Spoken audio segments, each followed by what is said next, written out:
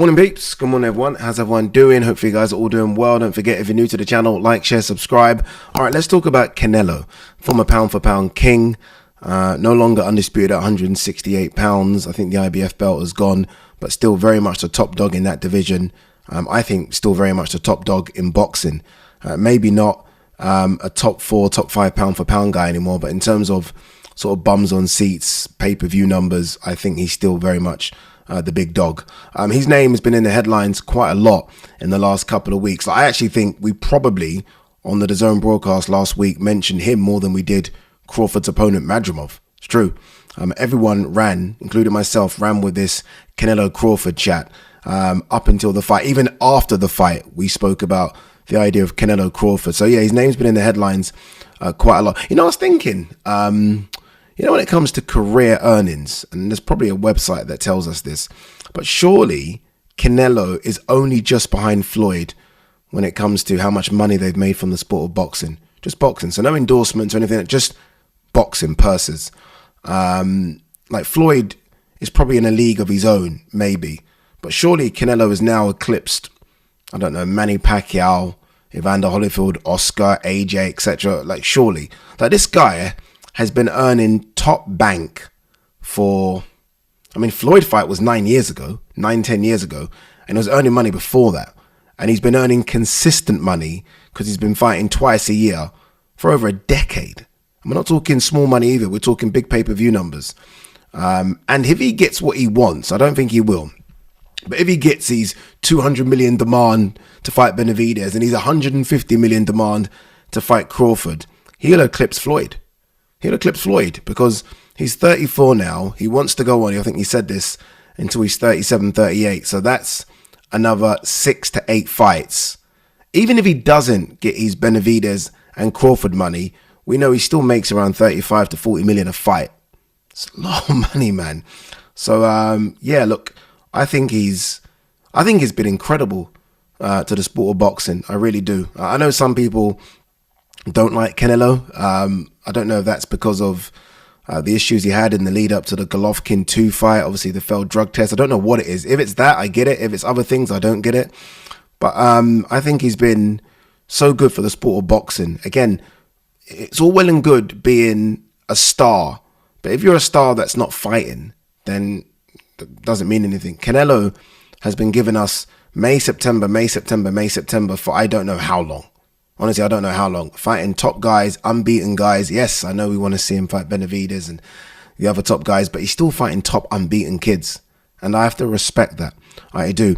Anyway, what I do want to talk about, and we'll get to what else is going on with Canelo. By the way, Edgar Berlanga, obviously, look, it's not the fight we want, but I respect what Berlanga's doing here. I like it. Berlanga's stepping up to the plate in terms of not backing down when Canelo talks shit to him. Like, he's talking shit back. He's doing exactly what I thought Jamel Charlo would do and didn't do. Like, Munguia didn't say anything, right? Munguia, I don't know, because Munguia's Mexican, maybe there's just a lot of respect for Canelo. But Berlanga's like, fuck that respect. Like, I respect you as a fighter, but I'm fighting you. So now I've turned the switch and now we're fighting. And I like what Berlanga's doing. And look, all that helps to sell the fight, by the way. So good luck to Berlanga. Do I think he's going to win? I think we can all agree, probably not. But I like the fact that he's trying to sell the fight and he's not backing down and he's willing to go toe to toe. And by the way, the size difference.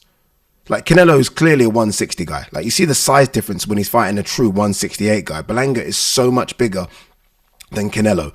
Again, that won't matter on the night, I don't think. What I want to talk about is Canelo is doing the rounds at the moment, right?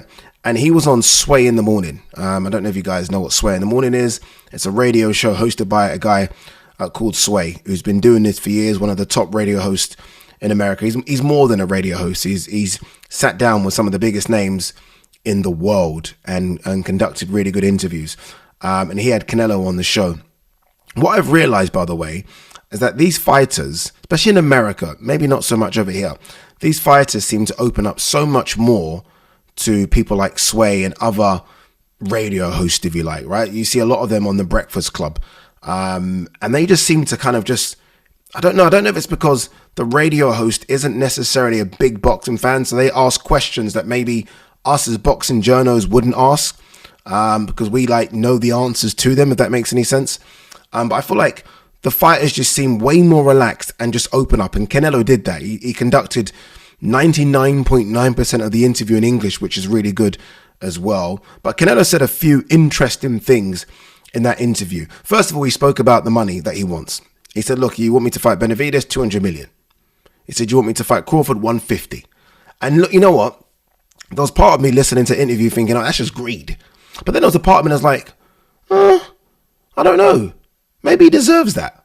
Maybe he thinks, one second, I've been the top dog in boxing for, I don't know, 6-7 years, right? If the Floyd fight was 9 years ago, maybe a couple of years after the Floyd fight, I've been the top dog, right? I'm the one that's been pushing the needle when it comes to pay-per-views. I'm the one that's filled out arenas and stadiums. Pay me. Pay me the most. There's guys, and look, we never really know what people are getting paid for Riyadh season, but we know they're getting a bit more than they used to getting. There's guys getting paid at Riyadh season, big money, that have done 1/10, 1/20th of what Canelo's done. Canelo knows this. He's probably thinking, if he's getting paid that and he's getting paid that, I want that. That's, I think, what Canelo's doing right now. Will he get paid that? No. Turkey, we know, is not going to give him that money because Turkey's come out and said it already. So he's not going to get paid that, but you can't blame him for asking. Anyway, there's a few things that he said in the interview which I thought were really intriguing. They asked him about the Crawford fight. And he said he said something about Crawford's style is kind of running, which isn't that at all. But he said he saw that Crawford didn't move as much in the Madrimov fight. And he said Crawford coming to his weight class, 168, would be easy work and easy money. That's what he said. That's what he said. And he said that Crawford would have known now, having stepped up to 154, that there are weight classes for a reason, and that Crawford would have felt the weight. And I kind of said this the other day as well, that Crawford would have felt the weight of Madrimov and would have thought, fuck, Canelo is another couple of weight classes higher. So yeah, he said that the Crawford fight would be easy work. It certainly isn't easy work, but that's what he said. He spoke about the BENAVIDEZ fight as well. He spoke about the fact that BENAVIDEZ will come into the ring really heavy. I don't necessarily like that. If you weigh 168, you weigh 168. You can weigh whatever you want on the night, right? I don't agree with it, but that's just how boxing is. Unless you're going to put a hydration clause in, unless you're going to fight under the IBF rules. It is what it is. The main thing he spoke about, which I was fascinated to hear, and I don't know, I don't want to call him a liar, but I just don't know how this can be true. He says he takes 80% of everything. That's what he said. That's what he said, and he repeated it. He said 80% of everything. He says, I know what I generate. I know what money I make. And Sway asked him, Sway was like, well, 1 second. So you mean even if I go into the concession stand to buy a drink or some food or some popcorn, you take, and Canelo was like, if you buy soda, I'm taking 80% of that. And I was like, oh my God. Again, it almost seems too crazy to be true, right? Crazy. So what are we talking about? 80% of ticket sales? Are we talking 80% of pay-per-view buys? Are we literally, is that what we're talking? Are we talking everything? And Canelo, go and watch the interview, guys. Canelo said everything. He's making bag. He's making incredible money.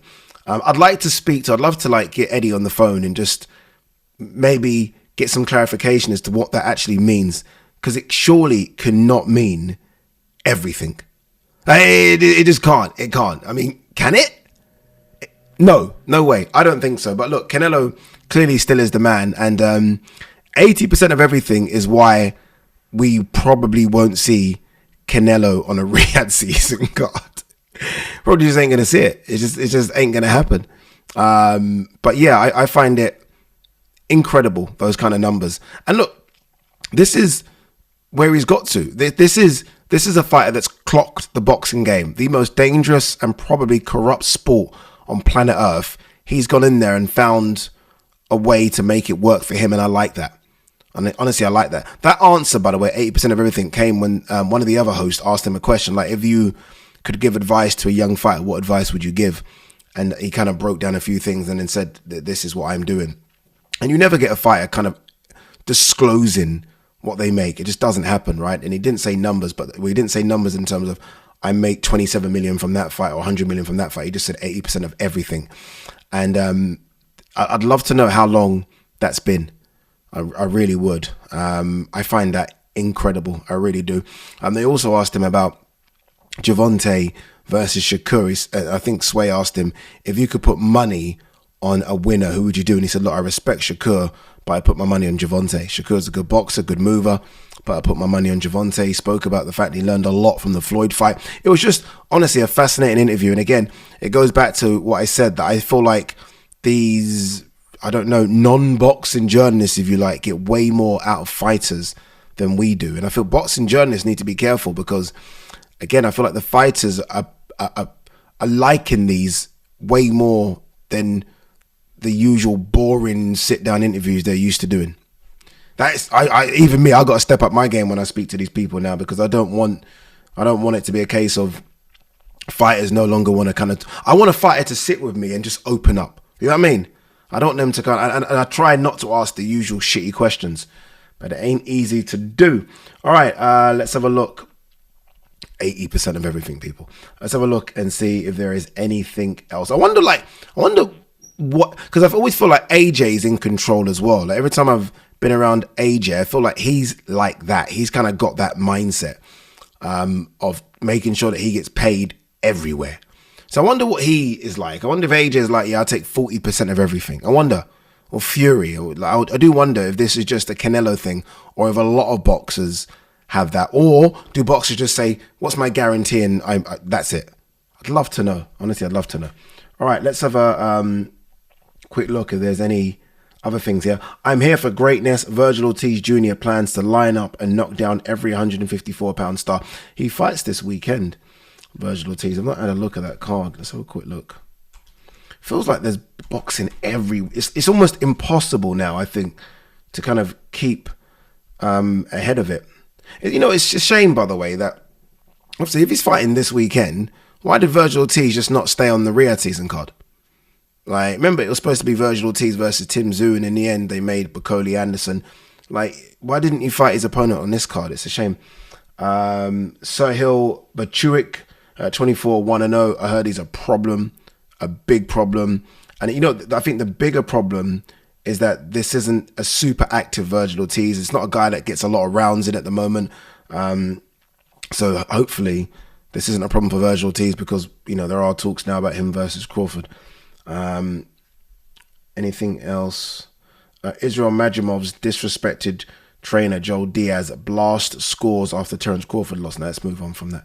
Isaac Cruz considering Valenzuela rematch after losing date with Gervonta Davis. Was that a thing? Well, I didn't even know that was a thing, that him versus Gervonta would have happened if he won. Would Gervonta have jumped up to 140 again?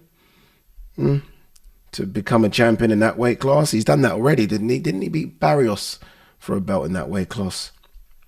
I don't know, I can't remember. All right, now nothing really else is happening. Go and watch that Sway interview if you can. It's a really good interview. Again, he opens up quite a lot, speaks, again, fantastic English. 80% of everything. Peace.